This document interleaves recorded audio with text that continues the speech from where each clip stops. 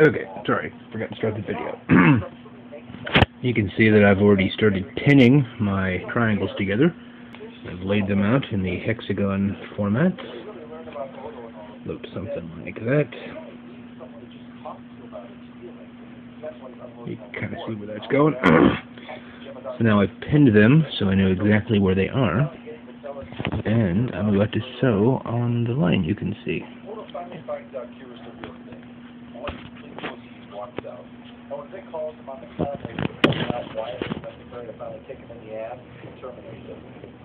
Oh, well, maybe Force Surrender talk to you about this, or some guy in Holden. I'm sure that'd be a fountain of useful information.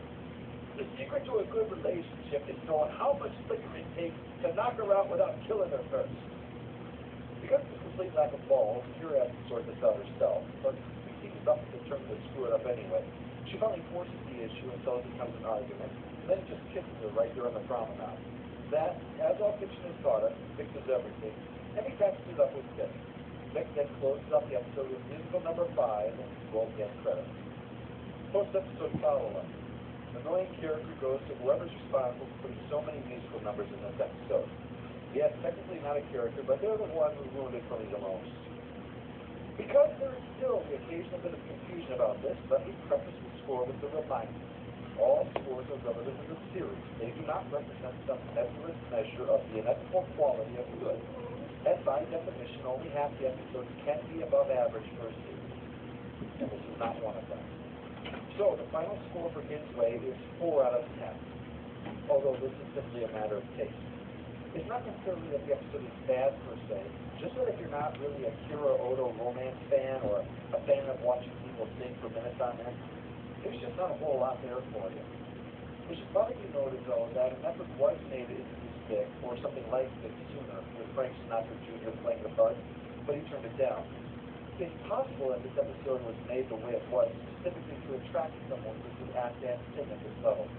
Even though it's Kira and Odo's story, it's Dick Martini that can take center stage, and he's Mr. Cool, so that certainly was probably seen as an attraction for James Deering.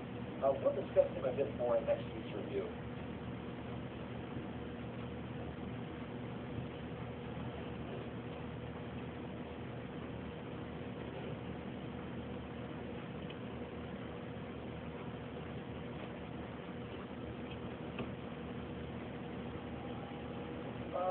I would like to start with one of my favorite guys, Bill O'Reilly.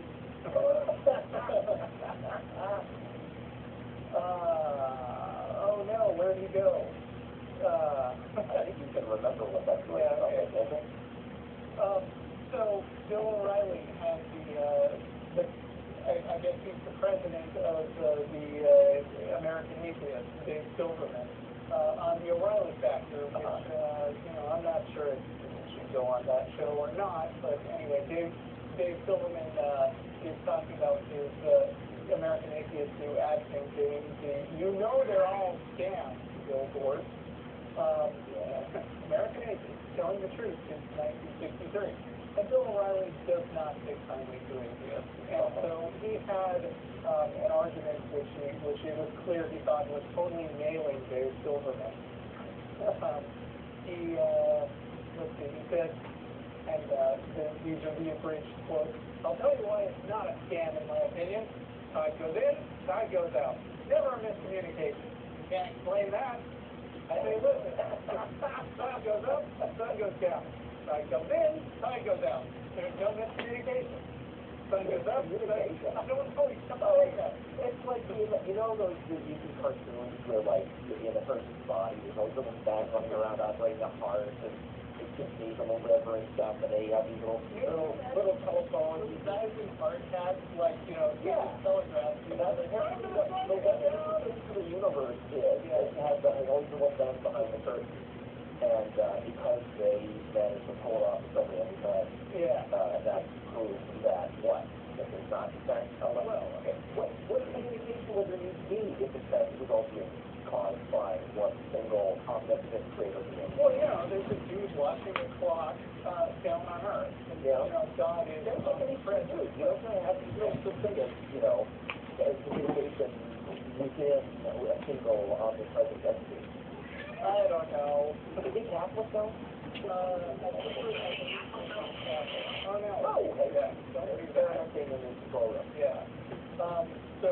Stephen Colbert has this to say, like all great theology still can be boiled down into one sentence. There must be a God because I don't know how things work.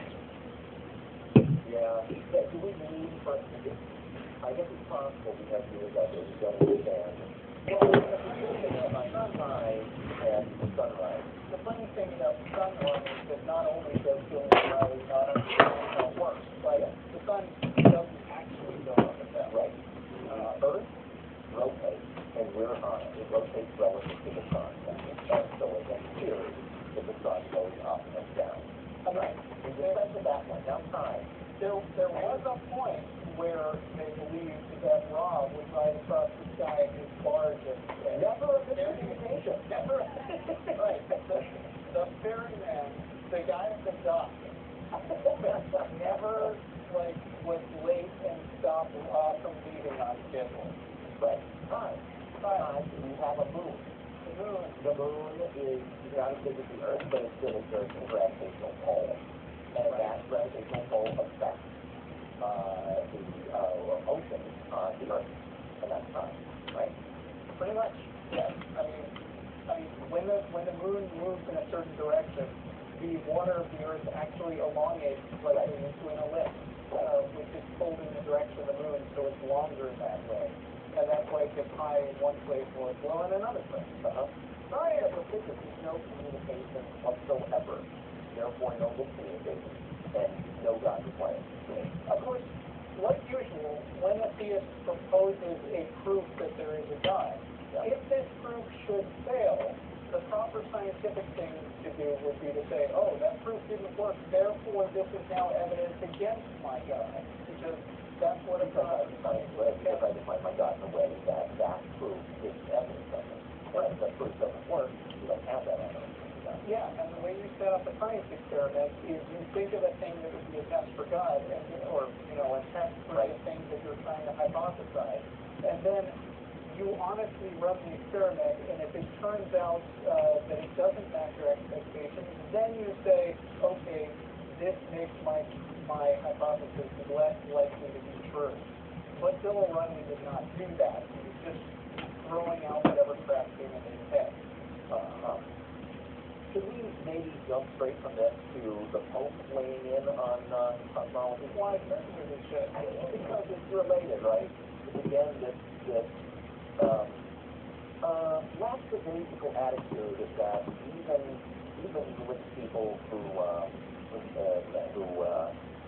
claim not to be anti-science, they get away with that by just not understanding the science. Right. I mean, they all give lip service to science. They say, actually, if you study science properly, it confirms the God. But then they never really care that much about matching up to the scientific method, which is kind of why Feynman coined the term cargo culture, which you can look up, but we're not going to spend too much of our hour on that.